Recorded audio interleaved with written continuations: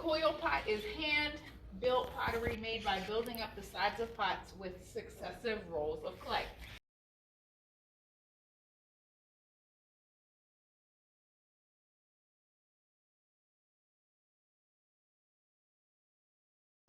All right, in this bucket, I always keep it right there, this is slip.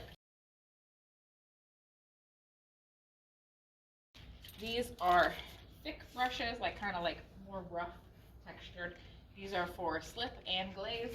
Any of these tools, you can use whatever tools you want.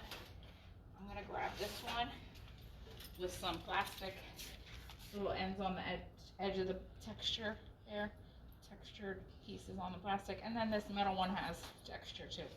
You can use any of these tools for scoring, okay? So, scoring, to scratch hatch marks on clay as part of joining clay pieces together. So you always say scoring and slipping, and I'm gonna ask you, did you score and slip that? Number one, we want to make a base. Let's start with this circle. Okay, you can take a little circle of clay, and you can pat it down with the strong part of your hand. So I'm just gonna pat it down. I don't want it to be thicker than any of my fingers because it'll be too thick and it won't dry well. It'll explode in the kiln. Okay, so it's about a little thinner than my thumb. This is a good base, okay? It's a little oval. If I want it round, I could cut it. You need to make sure they're the same size. There's 3 different thicknesses over there, so don't just grab any 2 and say, oh, they're gonna match. Oh, you need to hold them up and make sure the 2 ends match. You can grab a rolling pin and you put a dowel rod down on the left and the right. Your slab is not going to be the same thickness, so let me show you what I mean. Pressing down, now my slab is the same thickness all the way across. What happens is some people will go like this. They'll be rolling on one and not on the other. It looks pretty even, but watch this. This side is this thick, and this side is this thick. I'm going to wedge it back up really quick. Don't want air bubbles in there. Grab a little piece of clay off. Press it down, and then I'm gonna roll it. Now, the only thing with this is, do I want the bottom of my pot to be oval? And cut it into, let me see, a little circle. Okay. And you can perfect it with your fingers and some water, etc. Okay? All right, so I'm done. Now, we said we're doing a coil pot. All right, so I need to make a coil. Use both hands, and you press down, and you roll out a coil. Okay, now, just going to press down a little harder on the thicker side. Again, we don't want it to be thicker than any of our fingers. All right, so this is pretty good to use. Now, let me wrap it around. It's longer than what I need. Let me just give it a general cut here. So I'll cut it off here.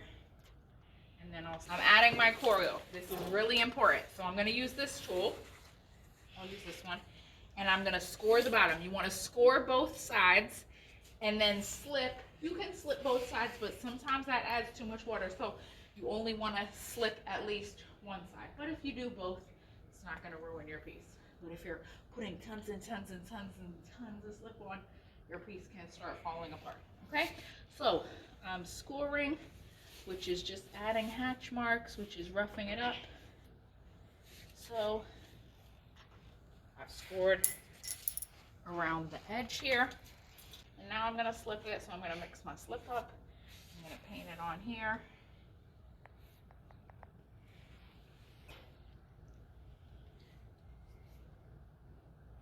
Okay, and then some people just slop it down like this. They try to match the first side up, and then they don't really match it. And then I'm gonna smooth this together. Now, there's one important thing I need to do before I add my next coil, and that's called smoothing. Some people call it blending, some people call it smoothing. But if I was making this into a cup, and I poured water into it, water might come out some of these little holes here. So I need to use my fingers and smooth it, or blend it. If you add about 4 coils, then you can smooth it and blend it down.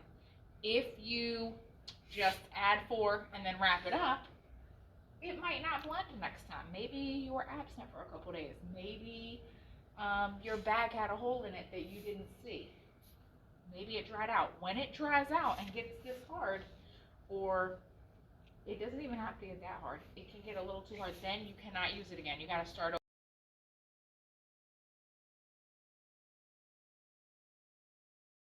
I'm not going to smooth it right now. I'm going to add a few more coils and show you how it goes. So quickly, I'm going to score this, score the top, slip it.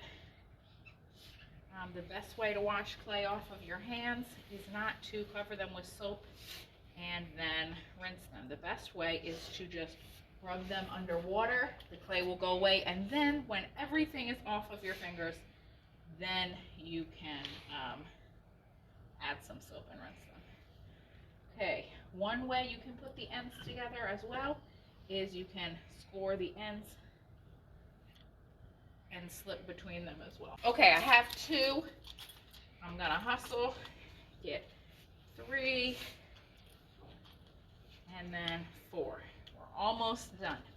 Now, if you want handles and a lid, they are optional, but I will show you how to make them, but not today, okay? So if you want handles and a lid, like I said, they're optional, and I'll show you another day. But if you don't want handles and a lid, don't throw them on your sketch, okay?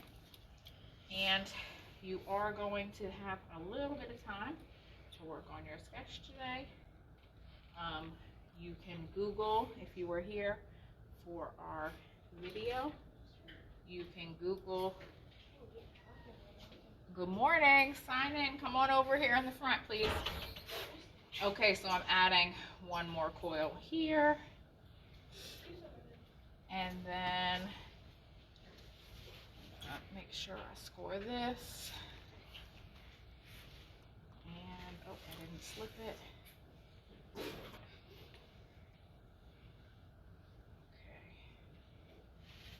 One more coil up here.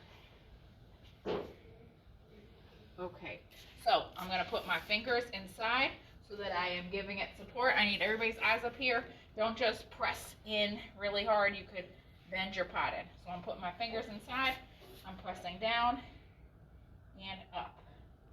Down and up. Down and up. It does not have to be completely smooth right now, but you do want to at least make the coils disappear so you don't even see that it was built with coils. Okay? For your coil pot, for this coil pot, you are required to smooth the inside and the outside. If you want to leave some coils to work with the decoration of it, you can leave some of the coils showing on the outside, but you will still have to smooth it on the inside, and you'll do that the same way. So your fingers go outside to support it, and then you'll press up and down. If it feels a little wet because of the slip in there, you might need to let it dry, and then next time you come back to class, you can smooth it a little more. You can also take some extra clay, add it inside, and press it down. You are done. You wrap it up, and then you continue and keep adding your coils next time. To keep it moist, like especially if you know you're one of those people that is often late or absent, wrap it in some paper towel and then spray the paper towel. These are all spray bottles just with plain water, and you spray the paper towel down. That will keep it moist, and then you wrap it in the 2 bags. Okay? Label it with your name like I explained before, and then you can put it on a clay board over there. You can bring the clay board over, and here's somebody who has theirs on a clay board here.